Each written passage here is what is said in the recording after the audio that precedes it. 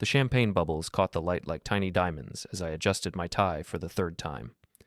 Amanda's restaurant, Meridian, gleamed under the warm Edison bulbs she'd obsessed over for months. 300 guests mingled in the dining room, their laughter mixing with the soft jazz quartet she'd hired for opening night. I should have felt proud. After all, I'd helped make this dream possible. Instead, I felt invisible. "Mark!" Amanda's voice carried across the room, bright and performative. She was in her element tonight, wearing that black cocktail dress that hugged her curves perfectly. Her auburn hair was swept into an elegant updo, and her smile never faltered as she worked the crowd like the seasoned hostess she'd always wanted to be. I made my way through the clusters of investors, food critics, and local socialites. Amanda was deep in conversation with a group of potential business partners, her hands gesticulating as she described her vision for expanding into catering. "There's my husband," she said without looking at me, her tone carrying an odd note I couldn't quite place. "Everyone, this is Mark." The group turned toward me with polite smiles. I extended my hand to a distinguished man in his 50s, wearing an expensive suit. "Mark Thompson," I said. "Nice to meet you." The man shook my hand briefly. "Richard Blackwell, Blackwell Investment Group." Before I could respond, Amanda's business partner stepped forward. Bryce Hamilton had been her college friend, and his family money had helped secure the restaurant's prime downtown location.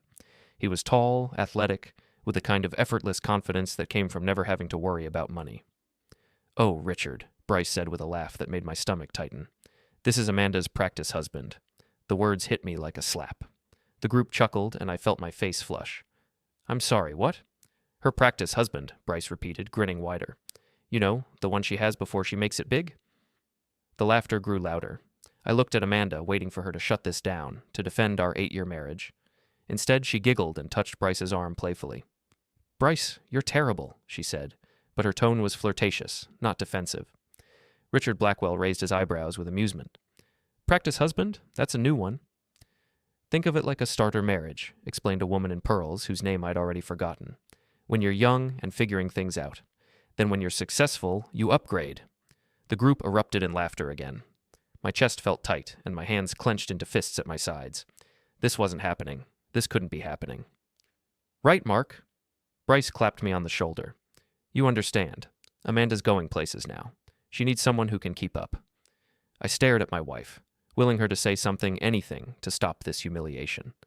She was looking everywhere except at me, her cheeks flushed from the attention and champagne.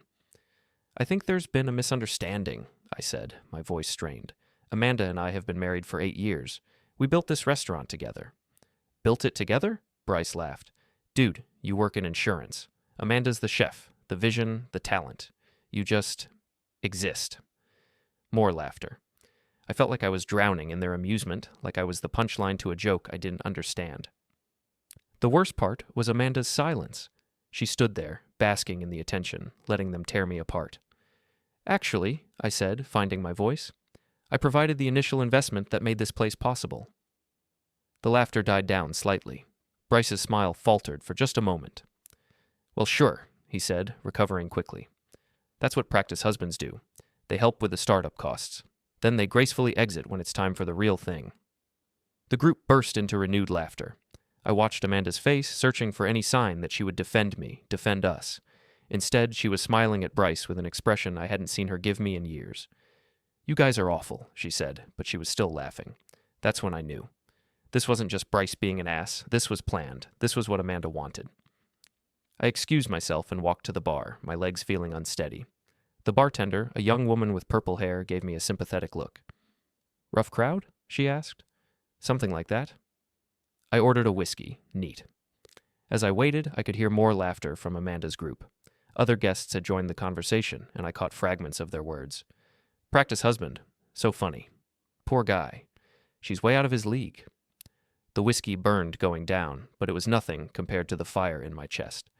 I'd spent 8 years supporting Amanda's dreams. I'd worked 60-hour weeks at the insurance firm to pay for her culinary school. I'd liquidated my retirement account to help fund this restaurant. I'd believed in her when no one else would. And this was how she repaid me. I was about to order another drink when I felt a hand on my shoulder. I turned, hoping it was Amanda coming to apologize, to explain that this was all some terrible misunderstanding. It was Bryce. "Hey man, no hard feelings, right?" He was still grinning, clearly enjoying himself. "It's all in good fun." "Is it?" I asked. Come on, don't be so sensitive. You had to know this day would come eventually. Amanda's a star. She's going to be running restaurant chains across the country. She needs someone who can match her ambition. Someone like you? His grin widened. Maybe. We'll see how things develop. The implication was clear. I wanted to hit him, to wipe that smug expression off his face. Instead, I took another sip of whiskey and tried to keep my voice level. And what makes you think Amanda wants to throw away 8 years of marriage? 8 years of what? You guys are roommates who occasionally sleep together. When's the last time she looked at you the way she looks at success? At opportunity? I didn't have an answer for that, because he was right. Amanda and I had been drifting apart for months, maybe longer. I'd attributed it to stress from opening the restaurant, but now I wondered if there was more to it. Face it, Mark. You're a placeholder. A warm body to pay the bills until something better came along. Bryce leaned closer, his voice dropping. And something better just did. I set my glass down hard enough to make the bartender look over. You're talking about my wife. Am I? Because from where I'm standing, she doesn't seem very attached to the title Mrs. Thompson. Before I could respond, he walked away, rejoining Amanda's circle. I watched as she immediately brightened when he approached, touching his arm again as she laughed at something he whispered in her ear. I spent the next hour nursing my drink and watching my marriage disintegrate in real time. Guest after guest came up to Amanda, and somehow the conversation always turned to her practice husband. She never corrected them. She never defended me. If anything, she seemed to enjoy the attention, the sympathy, the way people praised her for outgrowing me. By 10 o'clock, I was ready to leave. I found Amanda near the kitchen, finally alone for a moment. We need to talk, I said. She turned, and for a second I saw something flicker across her face. Guilt, maybe, but it was gone so quickly I might have imagined it. Not now, Mark. I'm working. This is important.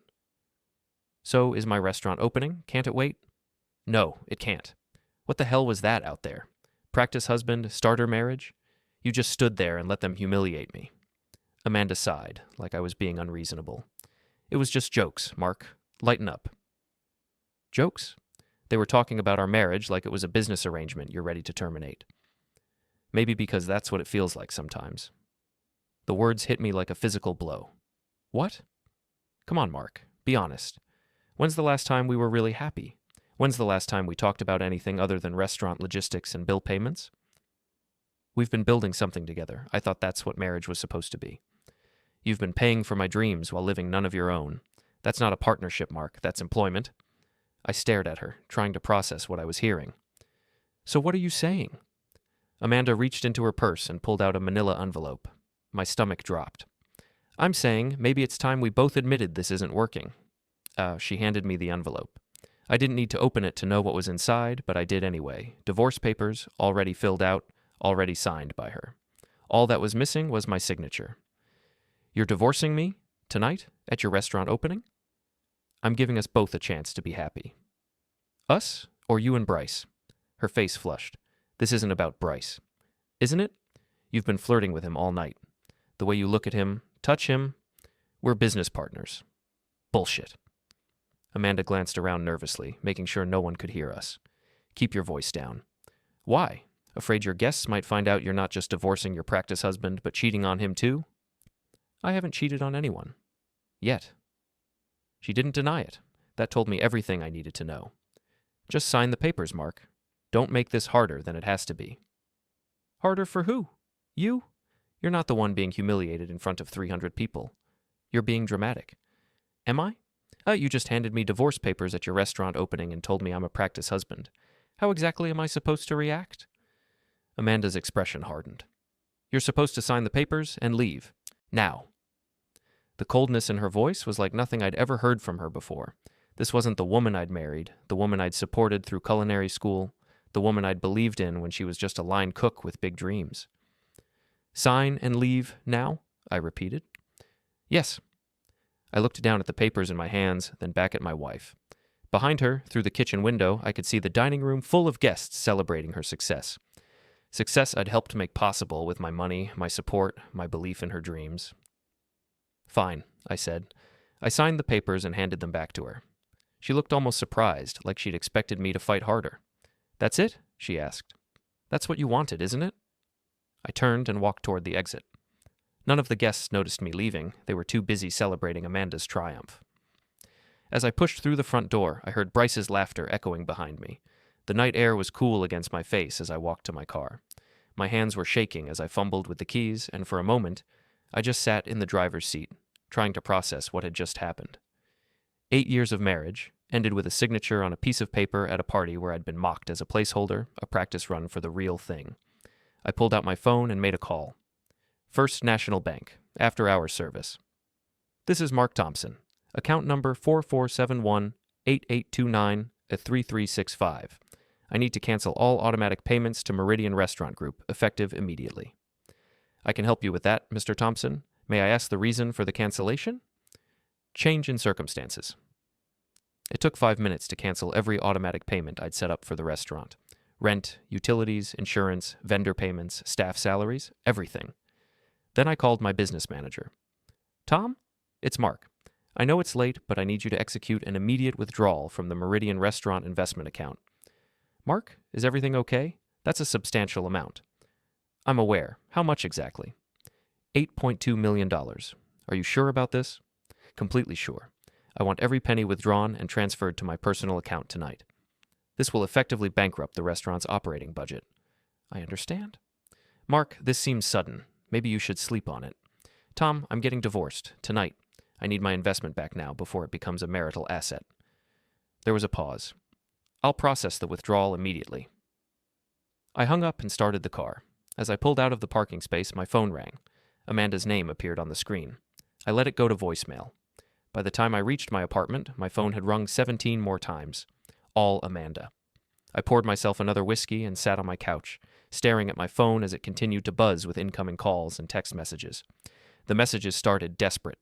Mark, please call me back. We need to talk. Please don't do anything rash. Then they became frantic. What did you do? The bank is calling about payment issues. Mark, please, I'm begging you.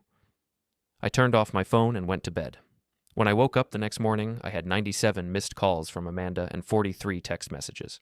I scrolled through them, watching her tone shift from confusion to panic to desperation. The last message, sent at 4:17 a.m., simply said, I'm coming over. The pounding on my apartment door started at exactly 7:30 a.m.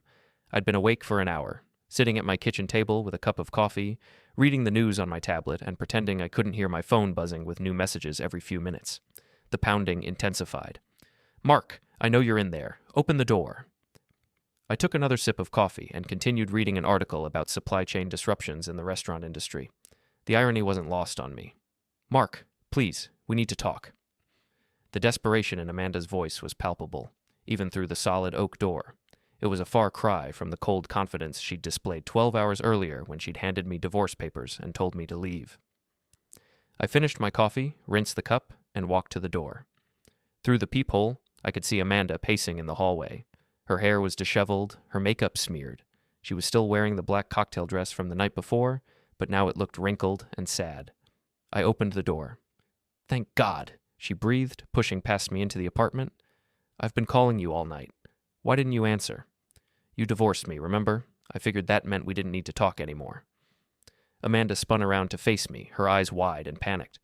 What did you do, Mark? What did you do to the restaurant? I closed the door and leaned against it, crossing my arms. I followed your instructions. You told me to sign the papers and leave. I signed the papers and left.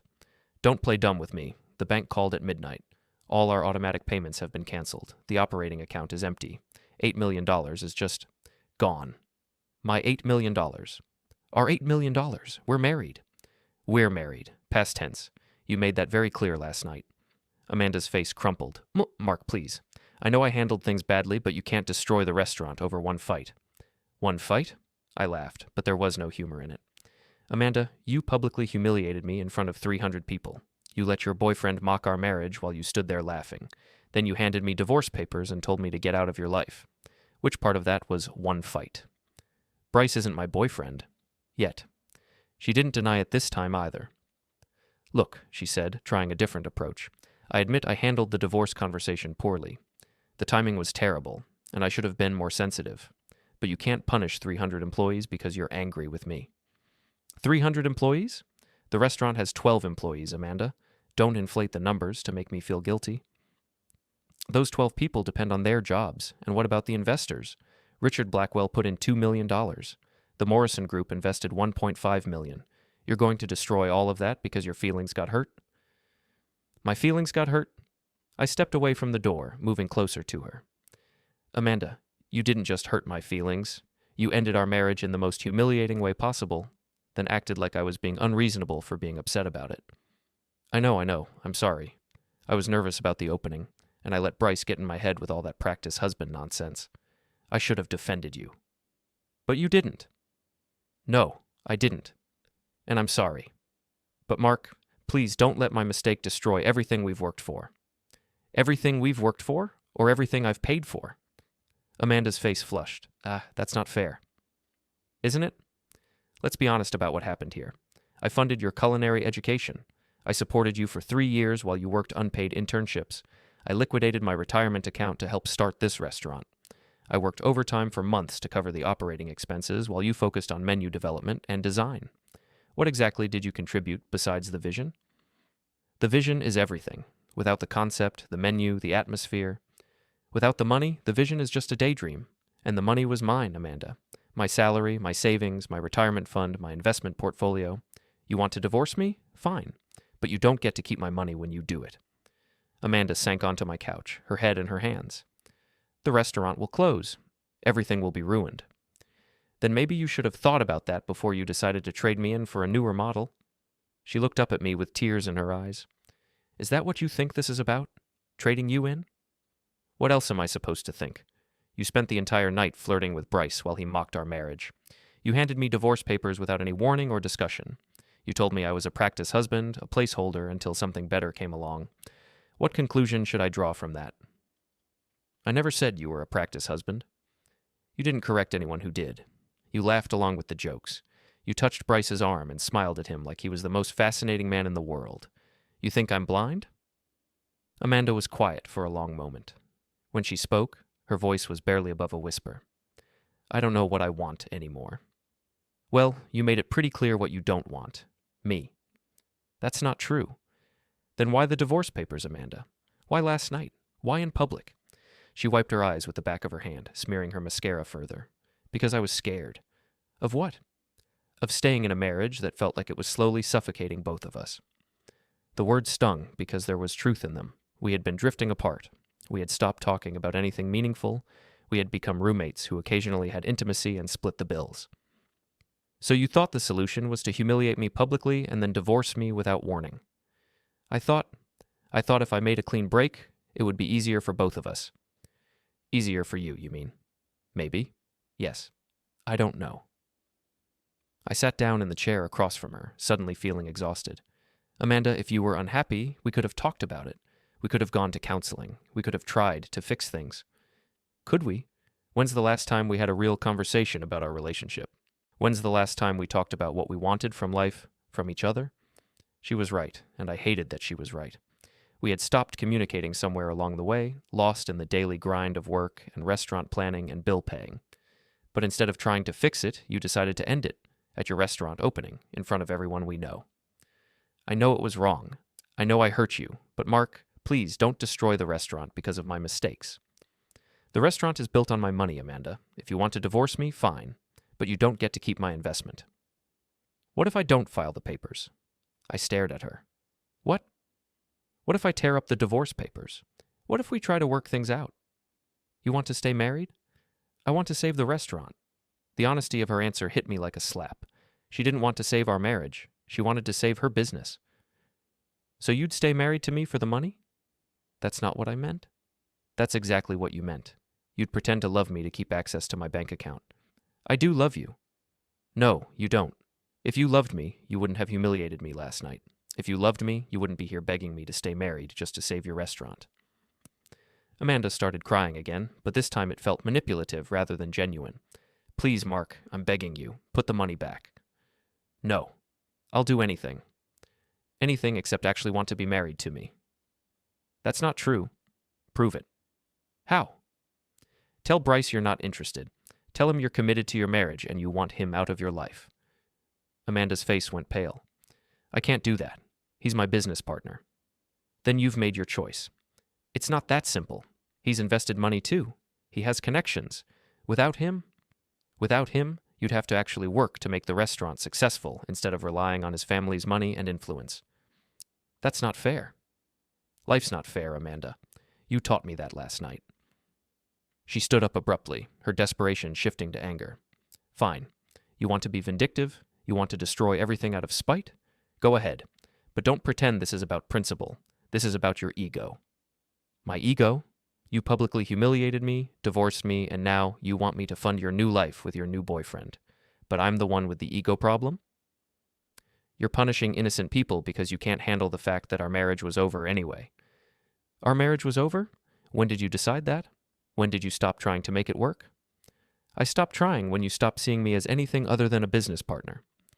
I stopped seeing you as a business partner when you started seeing me as a practice husband.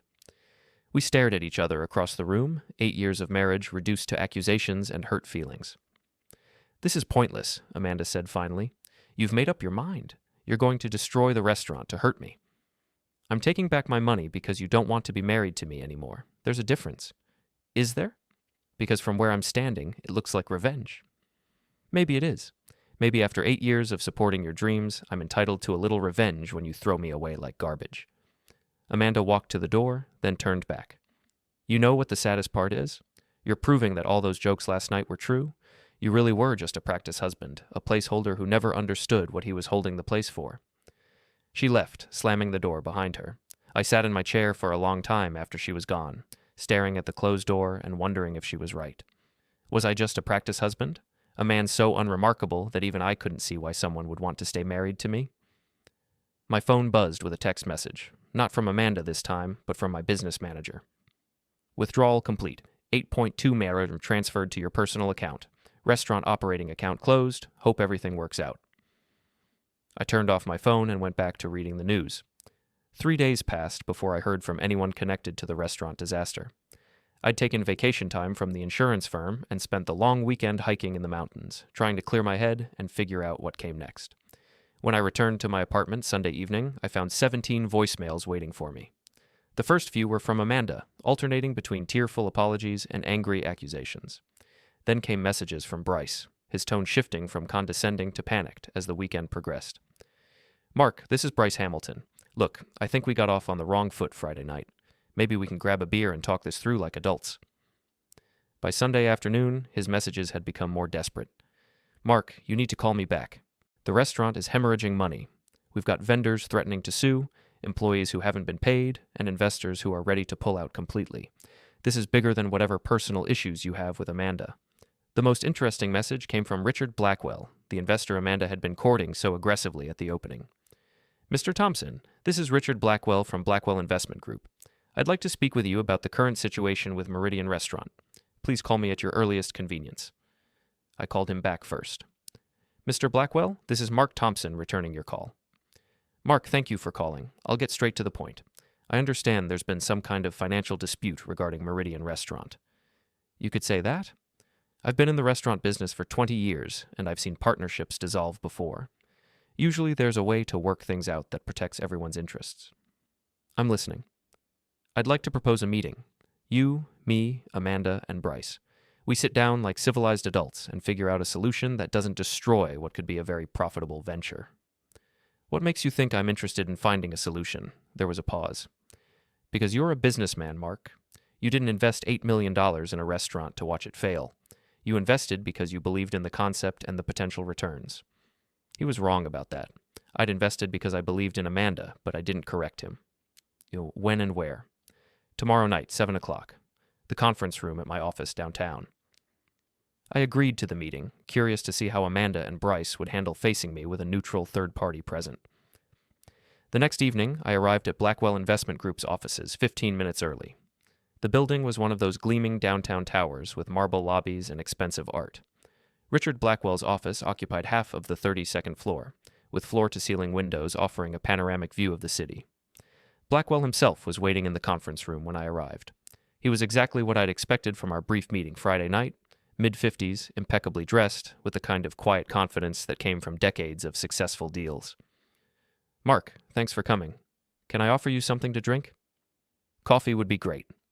He poured coffee from an expensive-looking machine and handed me a cup. Amanda and Bryce should be here shortly. How much do you know about what happened Friday night? I know that you withdrew your investment after some kind of personal dispute with your wife. I also know that without that investment, the restaurant will close within the week. And you want to prevent that? I want to understand what happened and see if there's a path forward that makes sense for everyone. The conference room door opened, and Amanda walked in, followed by Bryce. Amanda looked better than she had when she'd shown up at my apartment. Her hair was styled, her makeup perfect, and she was wearing a professional-looking navy dress. But I could see the stress in her eyes and the tension in her shoulders. Bryce, on the other hand, looked like he hadn't slept in days. His usually perfect hair was disheveled, and his expensive suit couldn't hide the fact that he was clearly rattled. "Mark," Amanda said with a nod. "Amanda." Bryce didn't acknowledge me at all, taking a seat across the table and immediately pulling out his phone. "All right," Blackwell said, settling into his chair at the head of the table. "Let's start with the basics. Mark, can you explain why you withdrew your investment?" I looked at Amanda, then at Bryce, then back at Blackwell. "My wife divorced me Friday night and made it clear she didn't want me in her life anymore. I saw no reason to continue funding her business ventures." "That's a gross oversimplification," Bryce said without looking up from his phone. "Is it? Would you like to tell Mr. Blackwell what you called me Friday night?" Bryce finally looked up. "It was a joke." "What kind of joke?" Blackwell asked. Amanda shifted uncomfortably in her chair. "It's not important." "I think it is," I said.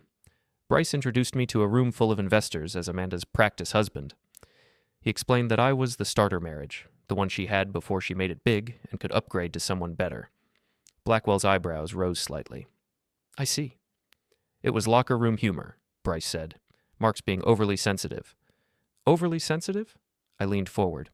"You mocked my marriage in front of 300 people while my wife stood there laughing. Then she handed me divorce papers and told me to leave. How exactly should I have reacted?" "Like an adult," Bryce shot back. "Not like a petulant child throwing a tantrum."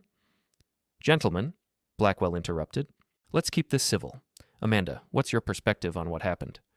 Amanda took a deep breath. "I handled the situation poorly. I should have defended Mark, and I should have had the divorce conversation privately. But that doesn't justify destroying the restaurant and putting 12 people out of work." "12 people who work for you, not for me," I pointed out. "I was never an employee of Meridian Restaurant. I was an investor, and investors have the right to withdraw their money." "Not when it's motivated by personal revenge," Bryce said. "Prove that it was revenge and not just good business sense. The restaurant's primary investor just got divorced by the restaurant's owner, who made it clear she wanted nothing to do with him. Why would that investor continue funding her business?" Blackwell nodded slowly. "That's actually a fair point. From a purely business perspective, a divorce between major stakeholders creates significant risk." "Thank you," I said. "However," Blackwell continued, "there might be ways to restructure the arrangement that would protect everyone's interests." "What did you have in mind?" Amanda asked.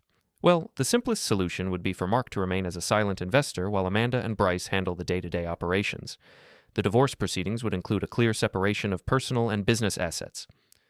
"I'm not interested in remaining invested in my ex-wife's business," I said. "What if Amanda bought out your stake?" Blackwell suggested. Bryce laughed bitterly. "With what money? She's broke." "I could arrange financing," Blackwell said, "a loan against the restaurant's projected earnings." "Projected earnings based on what? The restaurant's been open for 4 days and has already gone bankrupt once." "It went bankrupt because you sabotaged it," Bryce snapped. "I withdrew my investment. There's a difference." "Is there? You knew exactly what would happen when you pulled that money." "Of course I did, just like Amanda knew exactly what would happen when she divorced me." Amanda had been quiet during this exchange, but now she spoke up. "What would it take for you to put the money back?" The question hung in the air. Blackwell leaned forward, interested. Bryce stopped fidgeting with his phone. "I don't think there's anything that would make me want to do that," I said. "Anything?" Amanda pressed. I thought about it for a moment. "I invested in that restaurant because I believed in you, Amanda. I believed in us. I believed we were building something together. When you made it clear that there was no us, my reason for investing disappeared." "So this is about the divorce. This is about the way you handled the divorce. If you'd come to me 6 months ago and said you were unhappy, if we'd tried counseling, if you'd given me a chance to fix whatever was wrong, maybe things would be different. But you didn't do any of that. You ambushed me with divorce papers at your restaurant opening after letting your boyfriend humiliate me in public." "He's not my boyfriend," Amanda said automatically. "Yet?" Bryce said with a smirk. Amanda shot him a sharp look. Bryce, you're not helping. I'm just being honest. We've been dancing around this for months. Mark knows what's going on between us. Blackwell cleared his throat. Perhaps we should focus on the business issues. The business issues are secondary to the personal issues, I said. Amanda wants to divorce me so she can be with Bryce. Fine. But she also wants me to continue funding their life together. That's not happening. So you're going to destroy the restaurant out of spite, Bryce said. I'm going to stop paying for my wife's affair. It's not an affair if she's divorcing you first. Technically, maybe. Morally, that's a different question. Blackwell tried one more time. What if we structured a deal where you'd be bought out over time? Amanda could take over the restaurant completely, but she'd pay you back in installments. With what money? You just said she's broke. The restaurant could generate enough revenue to cover the buyout payments if it's managed properly. If it's managed properly by the woman who just bankrupted it and the man who's never run a restaurant in his life? I've run plenty of businesses, Bryce said defensively. Name one. I don't have to justify my qualifications to you. You do, if you want my money. Amanda stood up abruptly. This is pointless. Mark's already made up his mind. He wants to punish me, and he doesn't care who else gets hurt in the process. I want to stop being taken advantage of, I corrected. There's a difference. How are you being taken advantage of? We were married. We were supposed to be partners. Were we? Because it felt more like I was your personal bank account with benefits. The words were harsher than I'd intended, but they weren't untrue. Looking back over our marriage, I could see the pattern. Amanda had dreams, and I had money. She had vision, and I had practical skills. She was the star, and I was the support staff. That's not fair, Amanda said, but her voice lacked conviction. Isn't it? When's the last time you asked about my dreams, Amanda? When's the last time we talked about what I wanted to do with my life? She didn't have an answer. I'll tell you when. Never. Because my job was to fund your dreams, not to have any of my own. That's not true. Then tell me one thing I wanted to do that you supported. One goal I had that you helped me achieve. The silence stretched out uncomfortably. I thought so, I said. I stood up and headed for the door. Where are you going? Blackwell asked. Home. This was a waste of time. Mark, wait, Amanda called after me. I turned back. For what? For you to promise you'll be a better wife if I give you my money? For Bryce to apologize for mocking our marriage? For Mr. Blackwell to come up with another creative way for me to fund your new life together? For me to say I'm sorry, Amanda said quietly. You've already said that. Multiple times. It doesn't change anything. What would change things? I looked at her for a long moment. This woman I'd loved for 8 years. This woman who'd shared my bed and my dreams and my bank account. She was beautiful, talented, ambitious, and driven. She was everything I'd thought I wanted in a partner. She was also someone who could humiliate me in public and then ask me to pay for the privilege. Nothing, I said. Nothing would change things. We're done, Amanda. The marriage is over, and so is my investment in your restaurant. I left them sitting in the conference room and took the elevator down to the parking garage. As I drove home, my phone started buzzing with calls from Amanda, then from Bryce, then from Blackwell. I turned off the phone and kept driving. 2 weeks later, I was settling into my new reality. The divorce papers had been filed and processed with remarkable efficiency. Apparently, Amanda was as eager to end our marriage legally as she had been publicly. I'd moved out of our shared house and into a downtown apartment with a view of the river. The insurance firm had offered me a promotion that would require relocating to Chicago, and I was seriously considering it. Then Jules Morrison called. Jules had been my roommate in college and was now a private investigator in the city. We'd stayed in touch over the years, getting together for drinks every few months to complain about our jobs and reminisce about simpler times. Mark, we need to talk, he said without preamble when I answered the phone. Hello to you too, Jules. I'm serious. Can you meet me for coffee? There's something you need to know about your ex-wife's restaurant situation. An hour later, I was sitting across from Jules in a small cafe near his office. He looked exactly like what he was, a former cop turned private investigator. Medium height, stocky build, graying hair, and the kind of observant eyes that missed nothing. So, he said, sliding a manila folder across the table, I've been doing some digging into your ex-wife's business partners. Why? Because I heard through the grapevine what happened at the restaurant opening, and something about the whole situation didn't smell right. I opened the folder. Inside were photographs, financial records, and what looked like surveillance reports. Jules, what is this? Evidence that your wife's boyfriend has been planning to screw her over from the beginning. I looked up sharply. What are you talking about? Bryce Hamilton, Rich boy with a trust fund and a history of investing in restaurants, then driving them into bankruptcy so he can buy the assets cheap. Jules pulled out a photograph of Bryce meeting with a woman I didn't recognize in what looked like an upscale bar. This is Maya Chen, Amanda's sous chef and supposedly her best friend. Turns out she's been feeding information to Bryce about Amanda's business plans, her financial situation, and her marriage problems. Her marriage problems?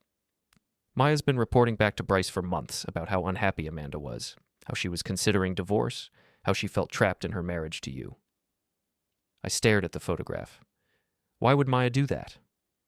Because Bryce promised her she'd be the head chef when he took over the restaurant. The plan was to drive Amanda out and rebrand the place with Maya as the face of the operation. Jules pulled out more documents. Look at this. Financial records showing payments from Bryce to Maya going back 8 months. Always small amounts, always in cash, but consistent. You're saying Maya was working for Bryce this whole time? I'm saying Maya was working against Amanda this whole time. She convinced Amanda that her marriage was holding her back, that she deserved better, that Bryce was the key to her success. I felt sick. Amanda trusted Maya completely. Which made Maya the perfect inside source. She knew Amanda's insecurities, her dreams, her fears. She knew exactly which buttons to push to manipulate her. Jules spread out more photographs. And here's the kicker. Bryce has been having an affair with Maya for the past 6 months. The whole thing about him being interested in Amanda romantically? That was just part of the plan to get closer to the business. I stared at the evidence in front of me, trying to process what I was seeing. So, Amanda threw away our marriage for a man who was never actually interested in her? It looks that way. And now that the restaurant is bankrupt and Amanda has no money, Bryce is preparing to cut ties with her completely. How do you know all this? Because Maya called me yesterday. I looked up, confused. She called you? Why? Because she's starting to realize that Bryce is planning to screw her over too. She wants to make a deal. Jules pulled out a digital recorder. She's willing to go on record about the whole scheme if we can guarantee her protection from Bryce's lawyers. Protection from what? Turns out Bryce has been using Maya to embezzle money from the restaurant's accounts. Small amounts at first, but it added up. Maya thought she was helping fund their future together, but really Bryce was setting her up to take the fall for the theft. I leaned back in my chair, overwhelmed. This is insane. It gets worse. Bryce has been telling other investors that Amanda is mentally unstable and that her husband's withdrawal of funds proves she's not competent to run a business. He's positioning himself as the responsible party who can salvage the situation, while planning to destroy her completely. Exactly. I looked through the photographs again, seeing Maya and Bryce together, seeing the financial records, seeing the evidence of a conspiracy that had destroyed my marriage. What does Maya want in exchange for her testimony? Immunity from prosecution and a recommendation for a job at one of the other restaurants in the city. She knows her career here is over either way. And what do you want me to do with this information? Jules smiled grimly. That's up to you. But I thought you should know that your ex-wife was as much a victim in this as you were. I left the cafe with the folder under my arm and spent the rest of the day walking around the city, trying to figure out what to do with what I'd learned. On one hand, I felt vindicated. Amanda hadn't just decided to leave me on a whim. She'd been manipulated by people she trusted. On the other hand, she had still chosen to humiliate me publicly and divorce me without trying to work things out. That evening, I called Amanda.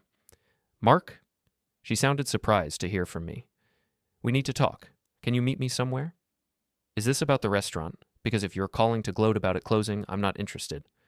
It's not about gloating. It's about Maya and Bryce. There was a long pause. What about them? Just meet me. The coffee shop on 5th and Main, 1 hour. Amanda was already there when I arrived, sitting in a corner booth with a cup of tea in front of her. She looked tired and defeated, a far cry from the confident woman who had been working the room at her restaurant opening. You look terrible, I said, sliding into the seat across from her. Thanks. You always knew how to charm a girl? Despite everything, I almost smiled. How are you holding up? How do you think? My restaurant is closed, my marriage is over, and my business partner is threatening to sue me for breach of contract. I'm living with my sister and working temp jobs to pay for groceries. What about Bryce? I thought he was going to take care of you. Amanda's expression darkened. Bryce made it very clear that his interest in me was purely professional. Once the restaurant failed, he didn't see any reason to maintain our friendship. I'm sorry.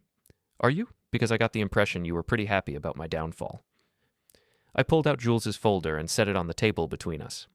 I was, until I found out what really happened. Amanda looked at the folder suspiciously. What is that? Evidence that you were set up by Maya and Bryce. I spent the next 30 minutes walking Amanda through everything Jules had discovered.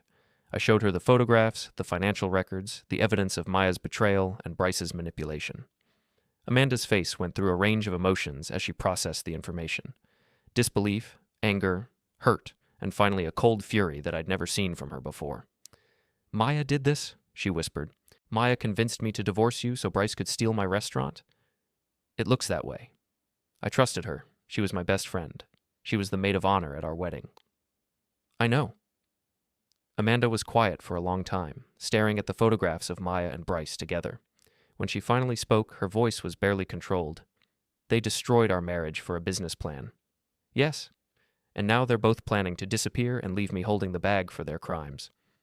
"That was the plan, but Maya is ready to flip on Bryce if we can guarantee her protection." Amanda looked up at me. "We?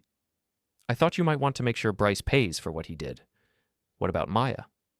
"That's up to you. She was manipulated too, but she also betrayed you. I can't tell you how to feel about that." Amanda closed the folder and pushed it back toward me. "What do you want in return for this information?" "Nothing." "Nothing? You're just giving this to me out of the goodness of your heart?" "I'm giving this to you because you deserve to know the truth about what happened to your marriage and your business." "Our marriage was already in trouble, Mark. Maya and Bryce didn't create our problems. They just exploited them." "Maybe, but they did manipulate you into handling those problems in the worst possible way." Amanda was quiet again. Finally, she asked, "What happens now?" "Now you decide what you want to do with this information. You can take it to the police, you can take it to a lawyer, or you can just walk away and try to rebuild your life somewhere else." "What would you do?" "I'd make them pay." Amanda looked at me with something that might have been respect. "You really have changed, haven't you?" "Divorce will do that to a person." "I'm sorry, Mark. For all of it. For the way I handled things, for the things I said, for not fighting harder to save our marriage. I'm sorry, too, for not seeing that you were being manipulated, for not fighting harder to understand what was really going on." We sat in silence for a few minutes, two people who had loved each other and lost each other to other people's schemes. "So," Amanda said finally, "how exactly do we make them pay?" I smiled, and for the first time in weeks, it felt genuine. "I'm glad you asked." 3 days later, Amanda called Maya and asked her to meet for coffee. Maya, apparently feeling guilty about her role in Amanda's downfall, agreed immediately.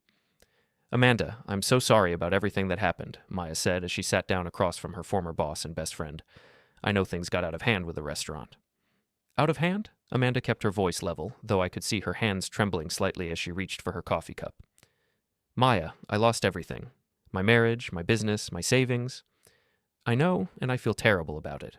But maybe this is a chance for a fresh start. For both of us." Amanda tilted her head. "What do you mean?" "Well, I've been talking to some investors about opening a new place. Something smaller, more intimate. We could be partners this time, 50-50. "That's interesting. What investors?" Maya shifted uncomfortably. "Just some people I know, people who believe in my vision." "Your vision? I thought we were going to be partners." "We are. But you have to understand, Amanda, after what happened with Mark pulling his investment, people are nervous about your judgment. They think maybe you need someone more stable to help guide the business decisions." Amanda nodded slowly. "Someone like you." "I know it sounds harsh, but I'm just trying to be realistic. People in this industry talk, and right now the talk about you isn't great." "What kind of talk?" Maya leaned forward, her voice dropping to a conspiratorial whisper. "People are saying you had a breakdown, that you drove away your husband and your investors because you couldn't handle the pressure. They're saying you're not stable enough to run a restaurant." "And what do you tell them when they say that?" "I defend you, of course. I tell them you're talented and passionate and that you just made some mistakes. But Amanda, you have to admit, the way you handled the divorce was pretty public and messy." Amanda took a sip of her coffee, buying time to control her temper. "You're right. I did handle it badly. I should have been more discreet." "Exactly. And that's why I think this partnership could be good for both of us. You get a chance to rebuild your reputation, and I get to work with the most talented chef I know." "That's very generous of you, Maya, but I have to ask, where is this investment money coming from?" Maya's eyes flickered with something that might have been panic. "Like I said, just some people I know." "People like Bryce Hamilton?" The color drained from Maya's face. "I don't know what you mean." Amanda reached into her purse and pulled out one of the photographs Jules had taken of Maya and Bryce together. She slid it across the table. This was taken last week at the Meridian Hotel bar. You and Bryce look very friendly. Maya stared at the photograph, her mouth opening and closing like a fish out of water. I can explain, she finally managed. Please do. Bryce and we've been seeing each other. But it's not what you think. What do I think, Maya? You think I betrayed you. You think I was working with him against you. Were you? Maya's composure cracked. It wasn't supposed to happen like this. Bryce said he just wanted to help you transition out of the restaurant business gracefully. He said you weren't cut out for the stress of running a place like Meridian. And you believed him? He showed me the financial projections. Even with Mark's investment, the restaurant was going to struggle. The overhead was too high. The concept was too ambitious. Bryce said he could streamline the operation, make it profitable. By getting rid of me. By helping you find something better suited to your skills. Amanda laughed, but there was no humor in it. And what about my marriage, Maya? Was destroying that part of helping me find something better suited to my skills? I never meant for that to happen. But Amanda, you were miserable with Mark. You told me so yourself, dozens of times. I told you I was stressed about the restaurant. I told you I was worried about money. I never told you I wanted to divorce my husband. But you did divorce him. Because you convinced me he was holding me back. You spent months telling me I deserved better, that I was settling, that successful women didn't stay married to men who couldn't match their ambition. Maya's face crumpled. I was trying to help you. You were trying to help yourself. Bryce promised you my job, didn't he? He promised you'd be the head chef when he took over the restaurant. Maya didn't deny it. And now that the restaurant is closed and I'm broke, he's offering you a new partnership. How convenient. Amanda, please. I know I made mistakes, but I never wanted to hurt you. Amanda leaned forward, her voice dropping to a whisper. But you did hurt me, Maya. You destroyed my marriage and my business because you were jealous of what I had. That's not true. Isn't it? You've been in love with the idea of being me for years. My restaurant, my success, my life. And when Bryce offered you a chance to take it all, you jumped at it. Maya started crying. I'm sorry. I'm so sorry. I never meant for things to go this far. How far did you mean for them to go? I thought if you and Mark got divorced, you'd be happier. And if the restaurant changed hands, maybe there would be a place for me to really contribute instead of just being your assistant. Your assistant? Maya, you were my sous chef. You were my friend. I trusted you with everything. I know, and I betrayed that trust. But Amanda, I can make it right. I can tell people the truth about what happened. What truth is that? That Bryce manipulated both of us. That he used me to get information about you and the restaurant. That he never cared about either of us. He just wanted to acquire the business cheap. Amanda sat back in her chair. And why would you tell people that? Because it's the truth, and because I'm scared of what he'll do to me if I don't. What do you mean? Maya wiped her eyes with a napkin. Bryce has been having me move money around in the restaurant's accounts. Small amounts at first, but it added up.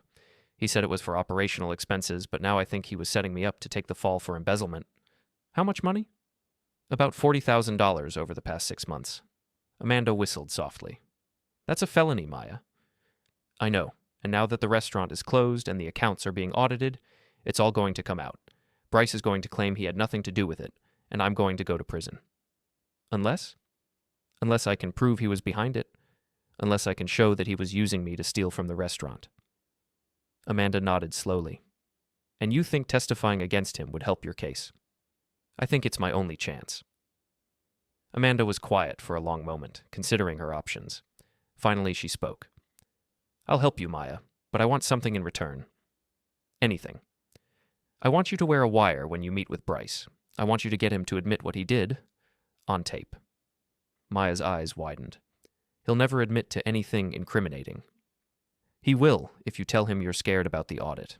If you make him think you're going to confess everything to save yourself. What if he gets violent? He won't. Bryce is a coward. He only picks on people he thinks are weaker than him. Maya considered this. And if I do this, you'll help me with the embezzlement charges? I'll testify that Bryce pressured you to move the money. I'll support your claim that you were being manipulated. Okay, I'll do it. Amanda smiled, and for the first time since this whole ordeal began, it looked genuine. Good. Let's destroy this bastard. 2 days later, Maya called Bryce and told him she was panicking about the restaurant's financial audit. She said she needed to see him immediately to discuss their options. They agreed to meet at his apartment that evening. Maya arrived wearing a wire provided by Jules, who was monitoring the conversation from a van parked outside Bryce's building. Amanda and I were in my car across the street, listening to the audio feed through Jules's radio. "Maya, you look upset." Bryce's voice came through clearly as Maya entered his apartment. "I am upset. The auditors are asking questions about the money transfers. They want to know why $40,000 was moved out of the operating account into that shell company you set up. Calm down. Everything is going to be fine." "Fine?" "Bryce, they're talking about criminal charges. They think I embezzled that money." "Well, technically, you did move it. Because you told me to. You said it was for legitimate business expenses." "And it was. We used that money to fund our new venture." "What new venture? The restaurant is closed." There was a pause, and when Bryce spoke again, his voice was colder. "Maya, you need to understand something. I've been very careful to keep my involvement in those transactions minimal. All the paperwork has your signature on it. All the transfers were made from your computer using your login credentials. You're setting me up. I'm protecting myself. There's a difference. What about everything you promised me? The partnership, the new restaurant, our relationship?" Bryce laughed. "Our relationship? Maya, you're a decent sous chef with a useful set of skills. But if you think I was planning to build a life with you, you're more delusional than Amanda." "You bastard!" "I'm a businessman. I saw an opportunity to acquire a valuable restaurant property at a fraction of its worth, and I took it. The fact that Amanda's marriage got destroyed in the process was just collateral damage. And me? What am I?" "You're a loose end that needs to be tied up. Here's what's going to happen. You're going to confess to embezzling that money to fund your own side business. You're going to claim that you manipulated Amanda into divorcing her husband because you were jealous of their relationship. You're going to take full responsibility for everything that happened. And if I don't, then I'll make sure the prosecutors know about the other money you stole, the money from your previous job at Chez Laurent, the money you thought no one would ever trace back to you." Maya's voice was barely a whisper. "How did you know about that?" "I make it my business to know everything about my associates. You've been skimming from restaurant accounts for years, Maya. I have documentation going back to 2018. You're blackmailing me. I'm giving you a choice. Take the fall for the Meridian situation and serve maybe 2 years in minimum security, or face charges for a pattern of embezzlement going back 5 years and serve 10 to 15 in federal prison." In the car, Amanda grabbed my arm. He's threatening her. "I know. Jules is getting all of this." On the radio, we could hear Maya crying. "I trusted you," she sobbed. "That was your mistake. Trust is a luxury I can't afford in business." "What about Amanda? What about what you did to her marriage?" "What about it? Amanda was unhappy and looking for an excuse to leave her husband. I just gave her the push she needed." "You manipulated her." "I helped her see that she was settling for less than she deserved. The fact that her husband turned out to be vindictive enough to destroy her business just proves my point." "Mark wasn't vindictive. He was hurt. Mark was weak. Strong men don't let their emotions control their business decisions." "And what about me? Was I weak too?" "Maya, you're a follower. You always have been. You followed Amanda around like a lost puppy for years, and then you followed me when I offered you something better. You don't have the strength to be a leader." "Maybe not, but I have the strength to do this."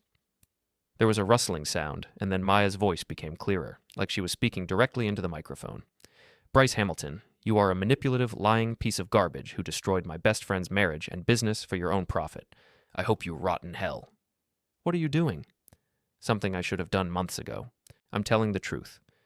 Maya, if you think wearing a wire is going to save you, you're wrong. I'll just claim you're lying to save yourself. Maybe, but at least people will know what kind of man you really are." "Get out of my apartment." "Gladly." The audio feed went quiet, and a few minutes later, Maya emerged from the building. She looked shaken but determined as she walked to Jules's van. Amanda and I got out of my car and met them on the sidewalk. "Did you get everything?" Amanda asked Jules. "Every word. This is enough to destroy him." Maya looked at Amanda with tears in her eyes. "I'm sorry for everything. I know it doesn't fix anything, but I'm sorry." Amanda studied her former friend for a long moment. "You were right about one thing, Maya. You are a follower, but maybe it's not too late for you to learn how to lead your own life instead of trying to steal someone else's." "What happens now?" "Now we take this evidence to the police and let them sort out the criminal charges. And then we make sure everyone in this city knows exactly what Bryce Hamilton is capable of." Jules nodded. "I've already reached out to a contact at the local newspaper. They're very interested in a story about a wealthy investor who manipulates women to steal their businesses." "And the recording?" will be turned over to the district attorney's office first thing Monday morning. Amanda turned to me. What about you, Mark? Are you satisfied with this? I thought about it. Bryce would face criminal charges and public humiliation. His reputation in the business community would be destroyed. Maya would probably serve some time. But she'd also testified against him, which would help her case. Almost, I said. Almost? There's one more thing I want to do. The annual Restaurant Industry Awards Gala was the biggest event of the year for the city's food and hospitality community. 500 of the most influential chefs, restaurateurs, investors, and food critics gathered at the grand ballroom of the Marriott downtown to celebrate the year's achievements and network for future opportunities. Bryce Hamilton had been scheduled to present the award for Best New Restaurant, before his legal troubles became public knowledge. By the time the gala arrived, he was facing criminal charges for embezzlement and fraud, but he hadn't been arrested yet. His lawyers had managed to keep him out of jail while they negotiated with prosecutors. He was still planning to attend the gala. I bought a ticket. Amanda had initially tried to talk me out of it. Mark, the recording is enough. The criminal charges are enough. Let the legal system handle him. The legal system will give him a plea bargain and 6 months in minimum security. I want him to face the consequences of what he did to you, to us, to everyone he's hurt. And you think publicly confronting him at an industry event is the way to do that? I think publicly exposing him at an industry event is exactly what he deserves. Jules had helped me prepare. We'd compiled a comprehensive dossier on Bryce's business practices, including evidence of 3 other restaurants he'd driven into bankruptcy using similar tactics. We'd also gathered testimony from other women he'd manipulated and discarded. The plan was simple. Wait for Bryce to take the stage, then stand up and present the evidence to the entire room. The night of the gala, I arrived early and took a seat near the front. The ballroom was elegant and expensive, with crystal chandeliers and gold accents everywhere. The city's restaurant elite mingled over cocktails and hors d'oeuvres, discussing the latest trends in farm-to-table cuisine and craft cocktails. I spotted Bryce near the bar, surrounded by a small group of investors and restaurateurs. He was wearing an expensive tuxedo and his usual confident smile, but I could see the strain around his eyes. The stress of the legal proceedings was taking its toll. Amanda arrived about an hour later, wearing a simple black dress that made her look elegant and professional. She'd been invited by one of the other chefs in the city, someone who'd known her before the Meridian disaster and still believed in her talent. She caught my eye across the room and nodded slightly. We'd agreed that she would stay out of the confrontation unless absolutely necessary. This was something I needed to do myself. The dinner portion of the evening proceeded normally. Speeches were made, awards were presented, and the usual industry gossip was exchanged. Bryce seemed to be enjoying himself, working the room like nothing had happened. Finally, it was time for the presentation of the Best New Restaurant Award. Ladies and gentlemen, the Master of Ceremonies announced, please welcome Bryce Hamilton of Hamilton Investment Group to present this year's award for Best New Restaurant. Bryce walked to the podium with his characteristic swagger, flashing his perfect smile at the audience. Thank you, he said into the microphone. It's an honor to be here tonight celebrating the incredible talent and innovation in our city's restaurant community. I stood up. Actually, Bryce, I think there's something the community should know about your investment practices before you continue. A murmur went through the crowd as heads turned to look at me. Bryce's smile faltered for just a moment before he recovered. I'm sorry, sir, but this isn't the appropriate time for... I think it's the perfect time, I interrupted, walking toward the stage. Ladies and gentlemen, my name is Mark Thompson. Some of you may remember me as the husband of Amanda Thompson, who owned the Meridian restaurant that closed last month. The murmur grew louder. I could see people pulling out their phones to record what was happening. Mark, please sit down, Bryce said into the microphone, trying to maintain control of the situation. You see, I continued, ignoring him, I invested $8.2 million in my wife's restaurant, and when she divorced me at the opening night party, I withdrew that investment and the restaurant closed. I reached the stage and pulled out a microphone that Jules had provided. What I didn't know at the time was that the divorce, the public humiliation, and the restaurant's failure were all part of an elaborate scheme orchestrated by the man standing behind me. Bryce stepped away from the podium. Security, please escort this man out of the building. But the audience was listening now, and security seemed hesitant to interrupt what was clearly going to be a dramatic revelation. Bryce Hamilton has a pattern, I said, my voice carrying clearly through the ballroom. He identifies successful women in the restaurant industry, gains their trust, manipulates them into making bad business decisions, and then swoops in to acquire their assets at a fraction of their value. I pulled out the folder Jules had prepared and began reading from it. In 2019, he used the same tactics against Maria Santos of Casablanca Restaurant. He convinced her to overextend her credit, then bought her building when she couldn't make the payments. "This is slander," Bryce said, but his voice was shaky. In 2020, he targeted Jennifer Walsh of the Blue Moon Cafe. He had an affair with her business partner, convinced her to take out loans she couldn't afford, then acquired her equipment and recipes when the business failed. The audience was completely silent now, hanging on every word. And this year, he targeted my ex-wife. He used her best friend and sous chef, Maya Chen, to manipulate Amanda into divorcing me and making financial decisions that would destroy her business. I pulled out the transcript of Maya's recorded conversation with Bryce. I have a recording of Bryce Hamilton admitting to these crimes. Would you like to hear it? "You can't do this," Bryce said, stepping toward me.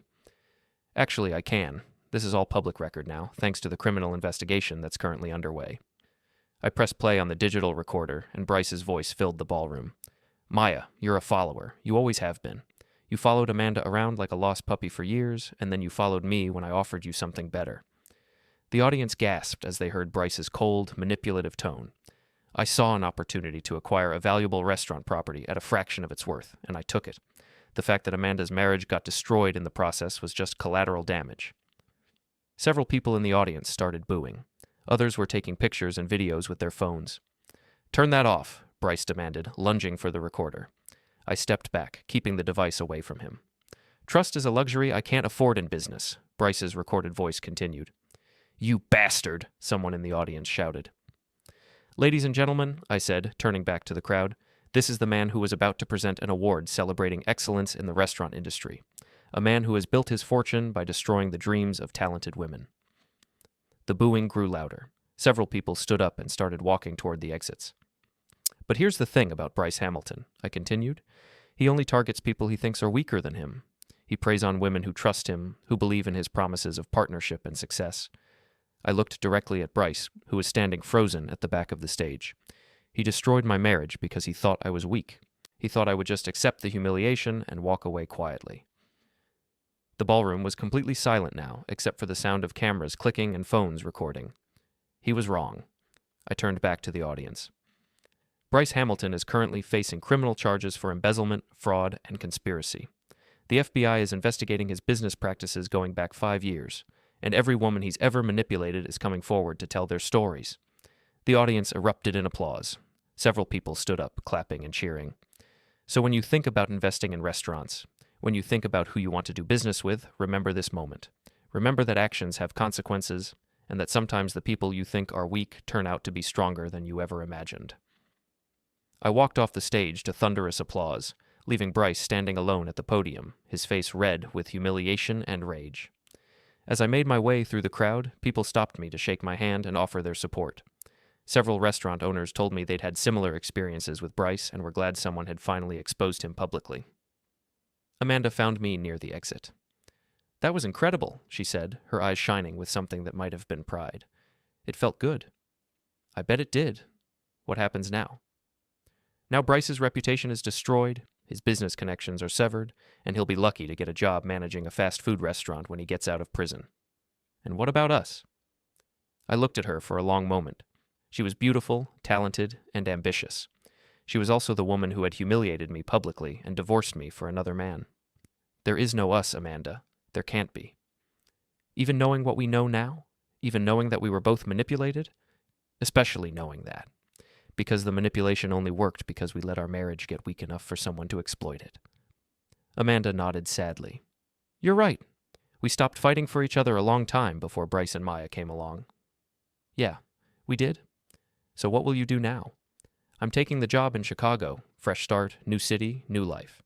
I'm happy for you, really. What about you?" "I'm moving to Portland. My cousin has a small restaurant there, and she's offered me a job as head chef. It's not glamorous, but it's honest work." "You'll do great. You're an amazing chef, Amanda. You just need to trust your own instincts instead of letting other people manipulate you." I've learned that lesson the hard way. We stood there for a moment, two people who had loved each other and lost each other and found a way to forgive each other. "Goodbye, Mark." "Goodbye, Amanda." She walked away, and I watched her go, feeling sad but also relieved.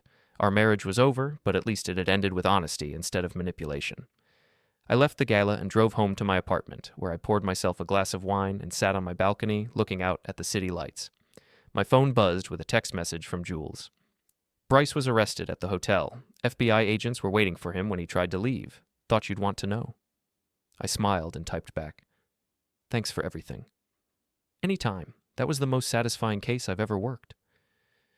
I put down my phone and finished my wine, thinking about everything that had happened over the past month. I'd lost my wife, my marriage, and $8 million. But I'd also gained something valuable, the knowledge that I was stronger than I'd ever imagined. Bryce Hamilton had called me weak, and for a while, I'd believed him. But weak men don't walk away from humiliation and come back to destroy their enemies.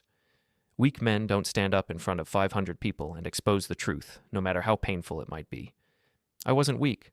I was just a man who had been pushed too far by people who underestimated him, and now they knew better. 6 months later, I was settled in Chicago, working as a senior partner at a prestigious insurance firm and dating a brilliant lawyer named Sarah, who made me laugh and challenged me to be better. Amanda had sent me a postcard from Portland, where she was apparently thriving as the head chef at her cousin's restaurant. Bryce Hamilton was serving 3 years in federal prison for fraud and embezzlement. Maya Chen had received a suspended sentence in exchange for her testimony and was working as a line cook at a diner outside the city. Sometimes people asked me if I regretted what I'd done, if I thought my revenge had gone too far. I always told them the same thing. I didn't seek revenge. I sought justice. There's a difference.